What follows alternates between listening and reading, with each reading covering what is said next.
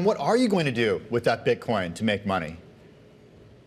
Well, as a business, we're going to build products and services that have customers and high margins and growth and cash flow.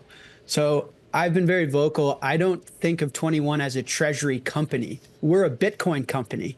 And it's such a simple term that it might go in one ear and out the other. But if you think about it, there are no Bitcoin companies. The spectrum as we see it is on one side, you have these treasury businesses, which aren't just focused on products and cash flow and high margins and growth. They're focused on financial engineering to accumulate the asset. And then on the other side of the spectrum, we have businesses like a Coinbase or a Robinhood or even a Polymarket and a DraftKings that are monetizing speculation. And these businesses are all arriving in the same place. They're going to have prediction markets, they're going to have crypto, they're going to have equities, they're going to have gambling and sports betting. And we want to live somewhere in the middle of that intersection. We think a huge opportunity, and probably the biggest opportunity, is being a Bitcoin business and financial services. So we're looking at markets like credit and lending within the space to have both an operating cash flow aspect of our company. And then also we're already the third largest treasury in the world. And we think we're going to be able to add to that substantially. Okay, so credit and lending. What else, though? Would you ever go toward the Robinhood side of things and do more with prediction markets, with trading? Yes, I would say we're categorically different in that we aren't optimizing for the world of hyper financialization and hyper speculation. That's just not a world that I want to necessarily live in. I don't want a prediction market on what I'm going to eat for dinner tonight. What we think is a bright future for society and for the world is one that is capitalized and built on top of Bitcoin. And so if you think about the co-founders of this business, which is Tether and myself, and a minority but significant holder in SoftBank, look at our history and you can see in what we're focused in. Trading and exchange, credit and lending. Tether's the biggest stablecoin business in the world. We already have one of the biggest treasuries in the world. And so there's a huge opportunity, we believe, in focusing specifically on Bitcoin financial services, because despite it being probably the biggest innovation of our time, no one seems to be building a business specifically focused on top of it. And that is why we exist and why we're different in the capital markets. So some of the things that you were saying you're planning are certainly exciting, credit and lending. I guess my question is, why didn't you launch with a lending component right from the beginning? That would help separate you from the other treasury, digital treasury companies. Yeah, listen, I don't know if I disagree with that. I think standing a business up in the capital markets has been challenging, and it was our first step.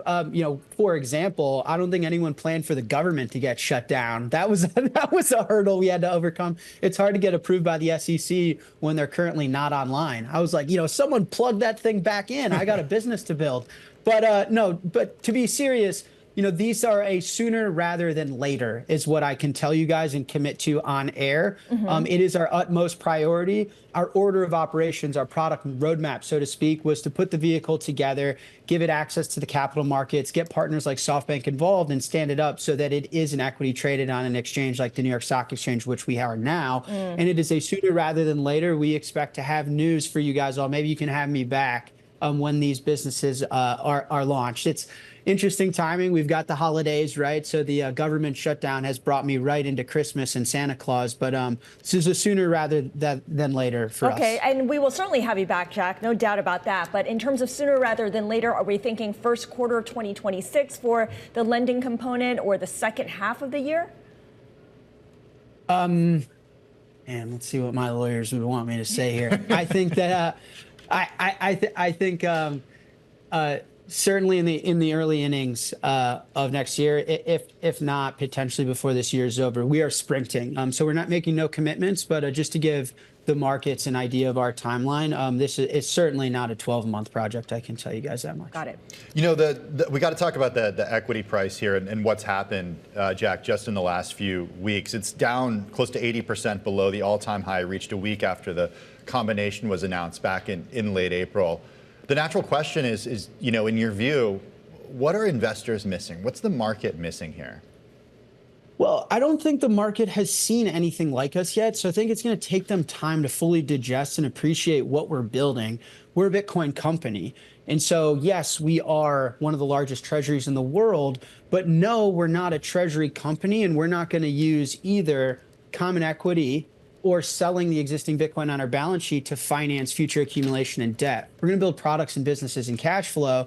And all you have to do is look at the management team and the founding group to appreciate the size and scale at which we plan to do that. I mean, Tether and SoftBank, there is no better board, in my opinion, in this space than what we have. There are no better capital partners. There is no better management team. So I just don't think the market has fully appreciated what we are. And I don't blame them for that. I mean, we're now 1 week into being in the capital markets.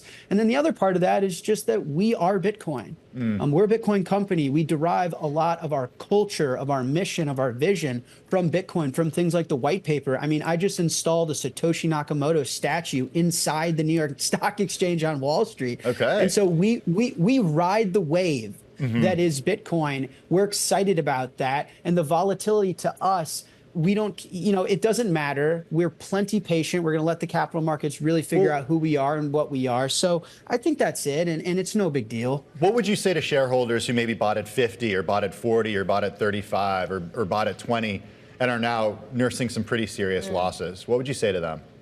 I'd say the same thing for people that bought Bitcoin at 126,000 is that, we are building for the long term, right? This is a business that I plan to be the CEO of forever. Bitcoin is a technology that's way bigger than just me or just this company. It's going to last way longer than any of our lives. And so this is a long-term mission to fix the money and fix the world. And I don't really have any advice or tips for day traders or, Robinhood option punters. Those people are way smarter than I am at picking the right stocks and picking the right times. I build for the long term. I'm looking to rebuild society and recapitalize society on sound money that nobody can control and manipulate. And that's what I would say is that this is a long-term business. I'm building for decades. We have no problem with the volatility, and nothing about who we are, our mission, and what we're building has changed.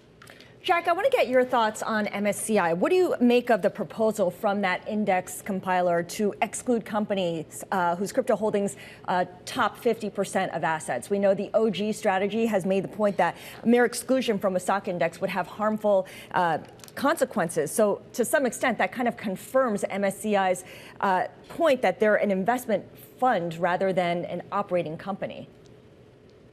Yeah, I mean, I can give you my opinion personally. I think it's important to note that, again, 21, we don't see ourselves as like a passive fund for Bitcoin or an alternative ETF. We're a business. And I got to admit, I'm even sick of hearing myself say it. We're ready. We're at the point where it's actions over words, and we're excited to prove that.